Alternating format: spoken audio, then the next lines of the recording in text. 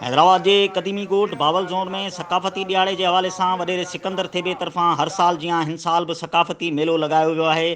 सक़ाफ़ती मेले में ॿाकरे माल की नुमाइश समेत ॿारनि की तफ़रीह लाइ झूला ऐं रांदीगनि जा दुकान लगाया विया आहिनि, जॾहिं त मिठाई जा दुकान ऐं सक़ाफ़ती शयुनि जा स्टॉल पिणु मेले की रौनक बणियल आहिनि।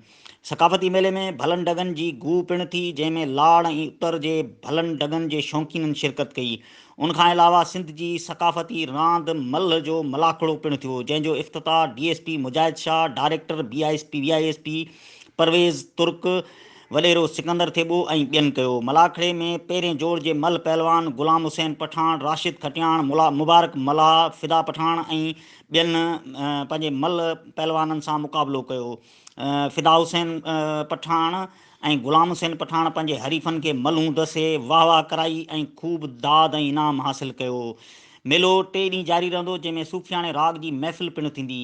मेले जे मोर ऐं मेले जे सरवाण वॾेरे सिकंदर थेबो जो चवणु आहे त असांखे पंहिंजी क़दीम सक़ाफ़त सां प्यार आहे। मेले लॻाइण जो मक़सदु सिंधी माण्हुनि खे पंहिंजी सक़ाफ़त खां आगाह करणु आहे। इबरत ग्रुप जे सरवाण काज़ी असद आबिद हमेशह सिंध जी सक़ाफ़त खे उजागर करण लाइ पाण मल्हायो आहे। असां संदसि थोराइता आहियूं। मुदसर नज़र बलोच, इबरत TV, हैदराबाद।